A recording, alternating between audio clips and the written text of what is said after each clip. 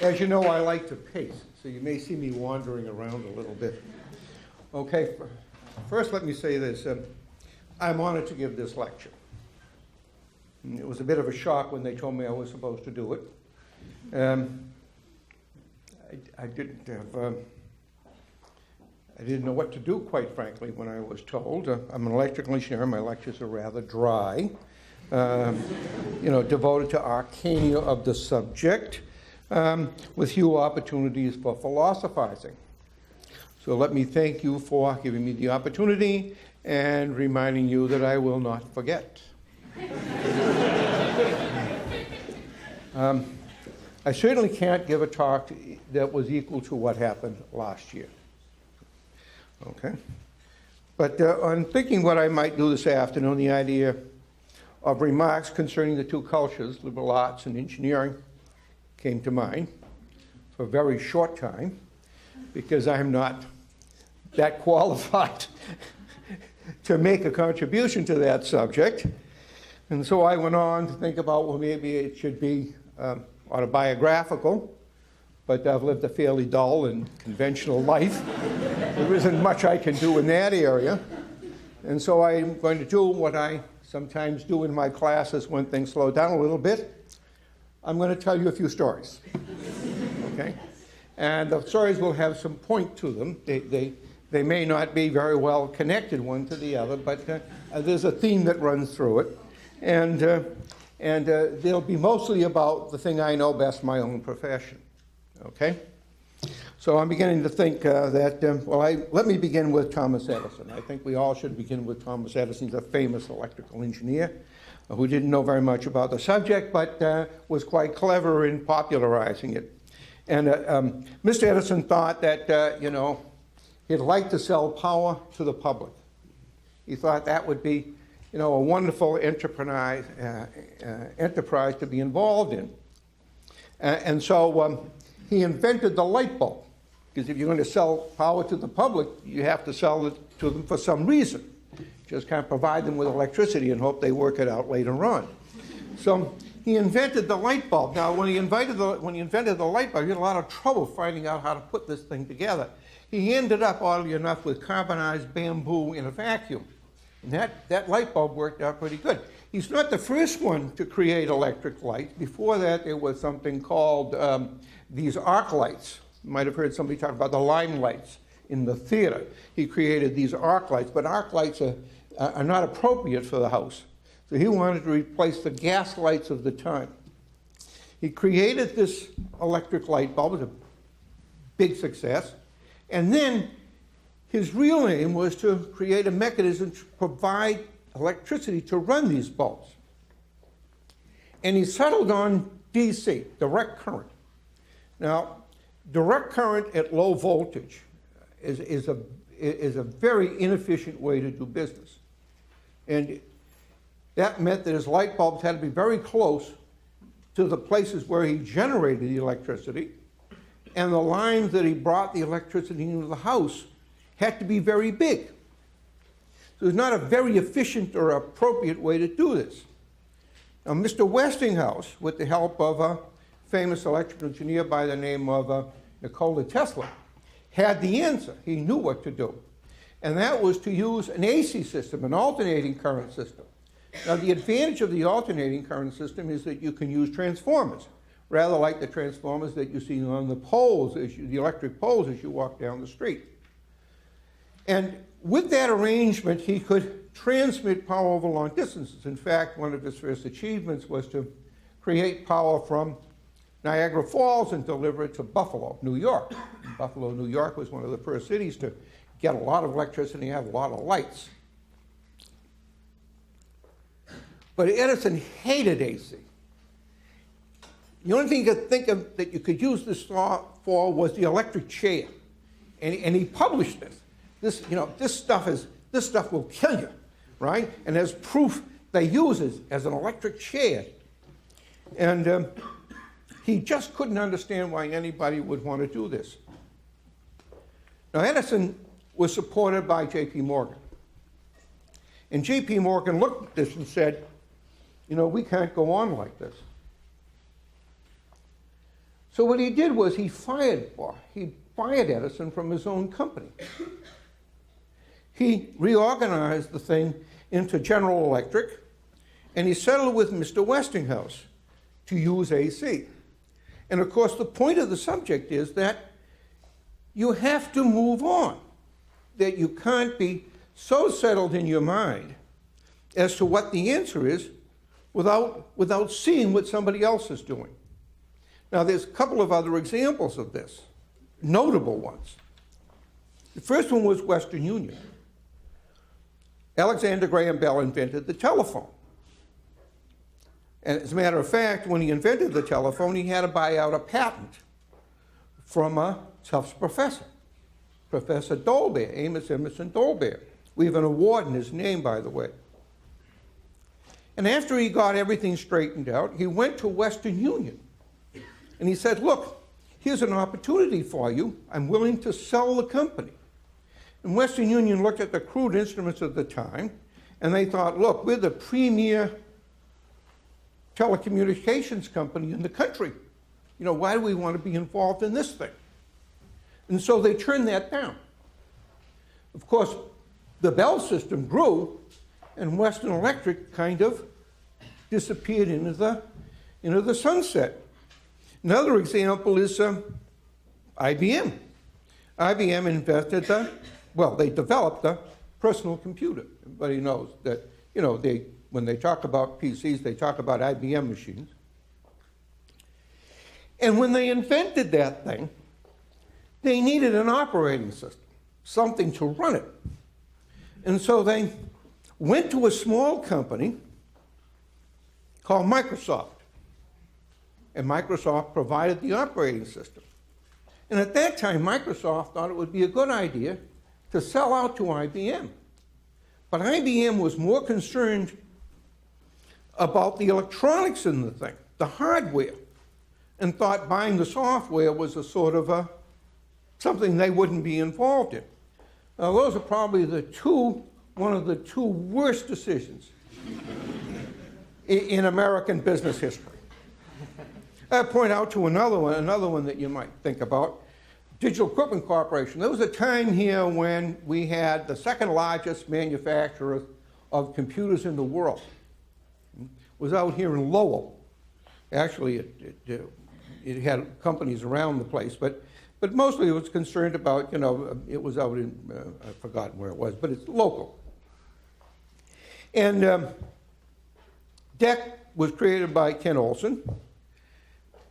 He manufactured the PDP-8. Everyone had one. We had one. That was the standard machine at the time for, you know, small companies and for, you know, universities, PDP-8. And he had thoughts at that time about a personal computer. And what he thought was, nobody needed a personal computer in their home. What were they going to do with it? That business decision settled the goose for Digital Equipment Corporation. So you really have to think when you look around, you know, that there's answers out there that may not be your answers. You have to sometimes think that, you know, somebody else has a better idea than you have. There's a principle, and it's called the not invented here syndrome. And lots of companies suffer from it. You know, they think, if we didn't invent it, how could it be any good? Right? In his case, is to prove my point. Now, let me talk a little bit about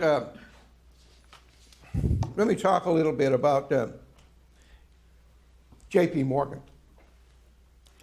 In the early days, you know, J.P. Morgan was a bit of a tinkerer. And, you know, and he thought seriously about radio. And so he hired Tesla. Tesla was going to build for him a brand new radio transmission tower. At least that was Tesla's story. And of course, J.P. Morgan thought, I got to get on the ground floor. So he supported Tesla. Of course, Tesla went off and did something totally different. He thought he could transmit power without the transmission lines that we had. He thought he could transmit it through radio waves. This was not Morgan's plan at all. When Morgan found out, of course, he cut off the funding, and that was the end of Tesla's career.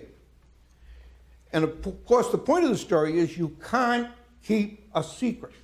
It all comes out in the end. Tesla thought he could, but it didn't pay off for him. And so it comes now down to Tufts. Dolbear had a student. His name was William Hooper. And Hooper was a big man in electric machinery. He created the electrical engineering department. We date back, I have it, 1890. And when we did it, the president of the time, President Capon, thought that we were one of the first in the country to offer such a program. So the electrical engineering part has a long career. And Hooper was very good at electric machinery and worked a lot in trolley systems. At the time, that was the big technological breakthrough, trolley systems. He worked for the Somerville trolley system, and there's a legend in the department, though I can't find historical recognition of it, that he helped develop the Mexico City trolley system. He eventually became president of Tufts when Tufts was in financial difficulty, about 1912. And he got the company, and he got the college back on its feet. But he had a failing. The man thought he could write poetry.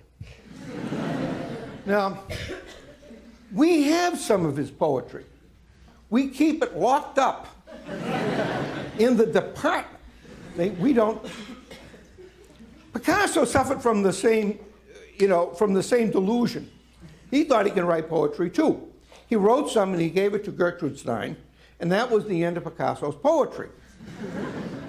But Hooper never had a Gertrude Stein to stop him. And so we have some of this stuff. And of course, the point of the subject is that you can be all you can be, but no more. You just have to understand there's limits to what you can do. Okay? Now, we're going to come back to J.P. Morgan. J.P. Morgan owned a yacht. The yacht's name was the Corsair, because it's a reflection of the man when you think of the name. And of course, being an up-to-date sort of a fellow, he thought he needed a radio. So he installed a radio on his yacht.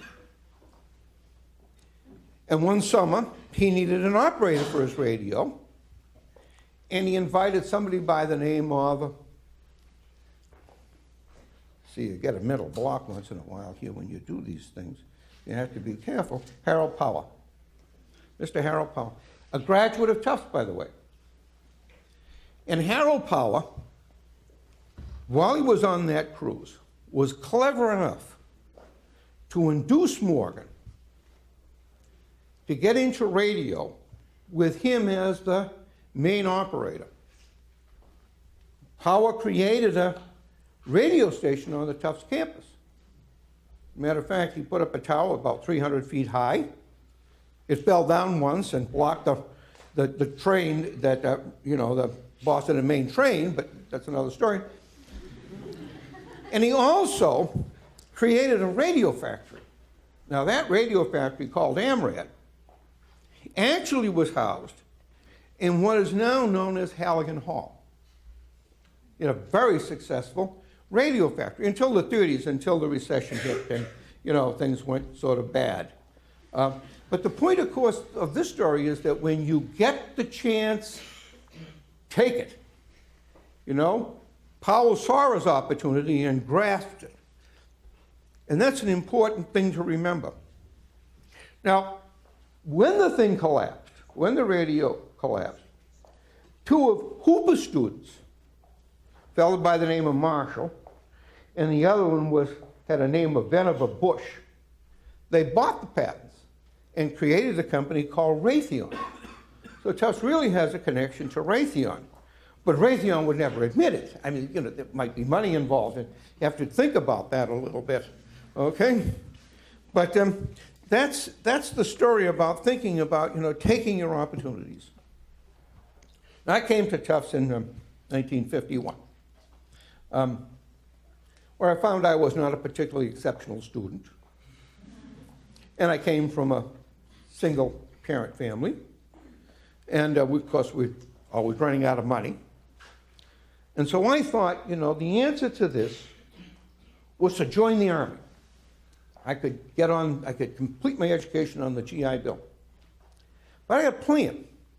If you join the Army, you have to sign up for 3 years at that time. 3 years.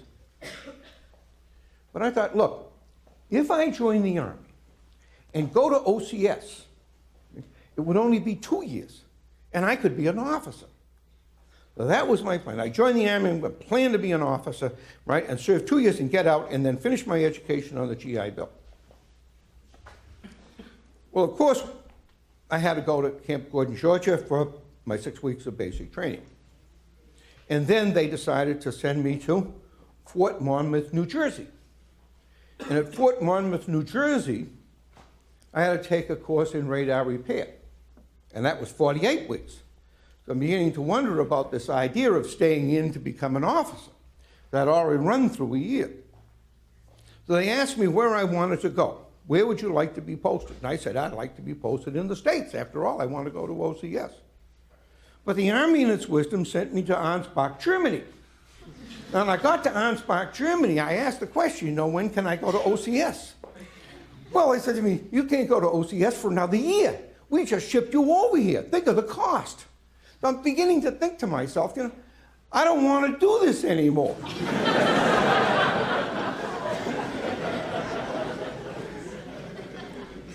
So my career in the Army was to teach radar at Ansbach, Germany. And that was the beginning of my profession. And I never was an officer. I came out with the GI Bill as just being a regular GI. While I was in there, though, the point of the story, of course, is that the fates control your destiny. You don't really have control of how your life will go.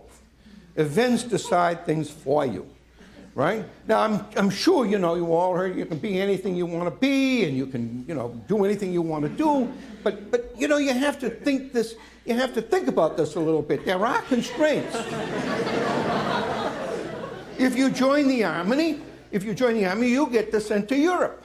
That's where you go. You don't go to OCS, you go to Europe.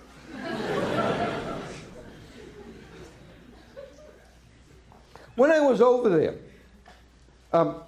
there was an inspection, and it taught me a lesson. 2 generals were going to come to the base and inspect the place. Now, you never see a general in the Army. The most you ever see is the colonel. And then he lives in an office on the 3rd floor of some building on the post and really comes out. Okay? Most of the time, what you see is the master sergeant, and he's on you about your wall locker. So I'm thinking, we better get everything straightened out. So the post is all cleaned up. You have to wash the floors. The windows have to be crystal clear. The day the generals show up, everybody has to be in Class A uniform. The wall locker and the foot locker, which contains, the soap and the razor that you never use. It's only there for inspection. You set it all up, right? That's the Army way. My wall locker, all the uniforms all buttoned, right? Everything put away. The generals show up, and of course we're restricted to barracks. And I'm wondering, how come? What they had on the parade ground were all the officers. And I thought to myself, of course, there are 800 people on this post. Those generals are not going to look in my wall locker, right? So I just looked out my crystal clear window and watched the officers get it for a while, right? So the point of the story, of course, is that you have to have some perspective. You have to think, these people are not interested in me. They're interested in somebody else. I'm just part of the background.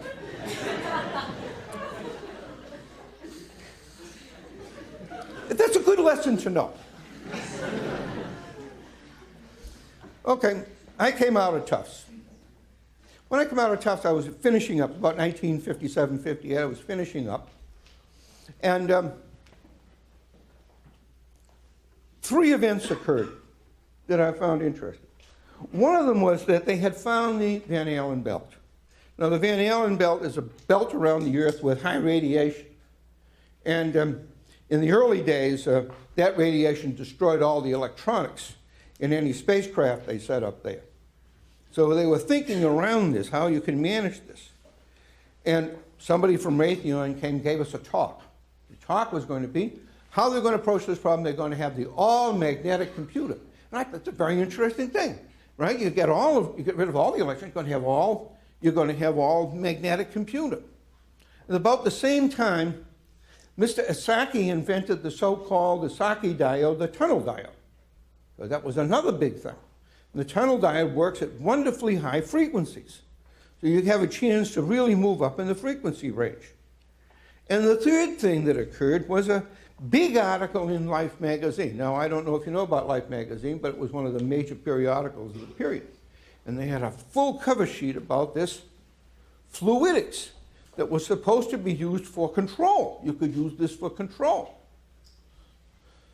What happened, of course, is that the Esaki diode, with the Esaki diode, the microwave engineers who work at high frequencies thought it would be a wonderful device for the digital engineers. And the digital engineers thought this is the greatest thing to happen to the microwave engineers. In the end, nobody knew what to do with the thing. You know, so it pointed out a principle to me that you have a very difficult time reading crystal balls. As for the fluidics, by the way, we got some Esaki diodes. When you get things from industry like Esaki diodes, you know 2 things. First of all, this is a tax write-off. Number 2, right? It has no earthly use. It's only in there as a curiosity. As for the fluidics, we got some fluidics equipment too. But we didn't have an air pump to run it, so we never set it up.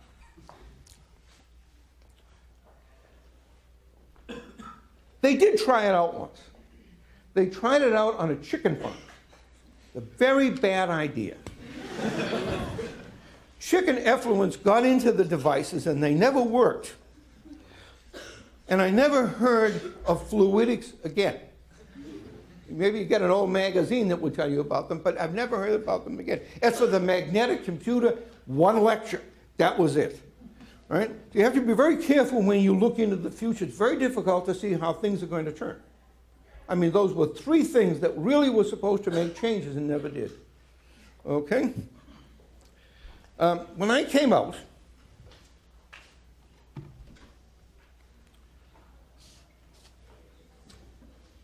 I was working for, I joined the department. And there was a Dr. Howell, chairman of the department, Alvin Howell. And Alvin Howell was running a balloon project. You may sometimes see this on the Discovery Channel, or the History Channel. He was running a balloon project. And the idea behind the balloon project was that they were going to float balloons across the Soviet Union. And they were going to take photographs on that trip. And it would tell them something about the Soviet Union. Mostly that they had a lot of cornfields. But it was an exciting project for the time, the only thing they had before the U-2. And I was invited to be a research assistant on that project. And of course, I was also to teach a little bit. Well, the first year didn't go too well. Too much teaching, not enough research. But things worked out eventually, and that's how I started my career at Tufts. And of course, the point is, the fates control what happened to you. You don't know what's going to happen to you, right? Of course, on my part, it was a simple indolence. I should have gone out in industry, but the professors at the time were nice, and I knew where Tufts was. I have to find some new place to go to, and my needs weren't great, and so I stayed. But 50 years later, here I am, giving the last lecture. Who would have known that? Okay? And that's about the end of my story. A few other things I'd like to say. Two things. First of all, the Peter principle is an interesting principle, and you should always keep it in mind. We had a Southwestern governor who was fairly competent, who thought, on the advice of his friends, that he could be a great world leader. Now, he fell in with bad companions, and this is why the senior class is having a hard time finding work. And it illustrates the Peter principle, and the Peter principle statement is this, that people in large organizations rise to the level of their incompetence. And you have to keep that in mind when you plot your own career. There are certain things you can't do, and you will be invited to do them.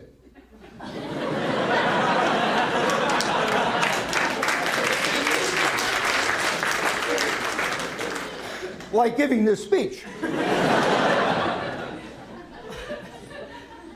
These things happen. Okay? The other thing is that, a couple of stories about my students before I quit, because I really think a lot of my students. I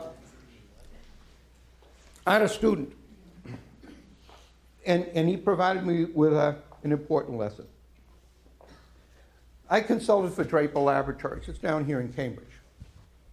And there's a control group there. I worked with the controls group. And I had a student, a senior, who decided that he wanted to interview with that group. Now, this was the 70s. And in the 70s, people were saying that, you have to be careful about rote teaching, that, what you have to do is you have to, invite people to think on their own, and, rote teaching is really not the best way to do it. And as a consequence, I was lulled into the idea that I could have open book, open note exams. Students ask about that today. Can we have an open book, open note exam? Open book exam, the answer, of course, is no. You can't have that. And this is why. The student interviewed with my group. God love the man. And of course, the first thing they did was they asked about problem A. And he said, well, he really didn't know about problem A, he needed a book. So they asked him about problem B. And he said, no, I need a book. So when I went over there was some discussion. A student comes over here, and this is what he does. As it was explained to me, they had a secretary who knew how to read a book. So, the object of this, of course, is that you should know your profession. Really study it. Even if it's just not to embarrass your faculty. Go over there and don't do those sort of things. Okay? I had another student. And this student needed summer work, and it was tough times. And Huntingwell was close by. So he concocted this plan. He went down to Sunnywell, and he told the interviewer that he always wanted to work for this company. It was a great company. It was a wonderful company. And his life wouldn't be complete unless he had an opportunity with that company. Well, of course, the idea that, this was, of course, the interviewer was not naive. There are things. So anyway, the interviewer looked at this guy. He had a good sense of humor. He had very, very direct in his presentation. And so they hired him. And then he got permanent work there afterwards. And of course, the point of the story is that you have to show enthusiasm, right? This man did it all just on enthusiasm, okay? And so with those points, I think my time must be getting close to the end. I'm going to step down and let my colleague take my place.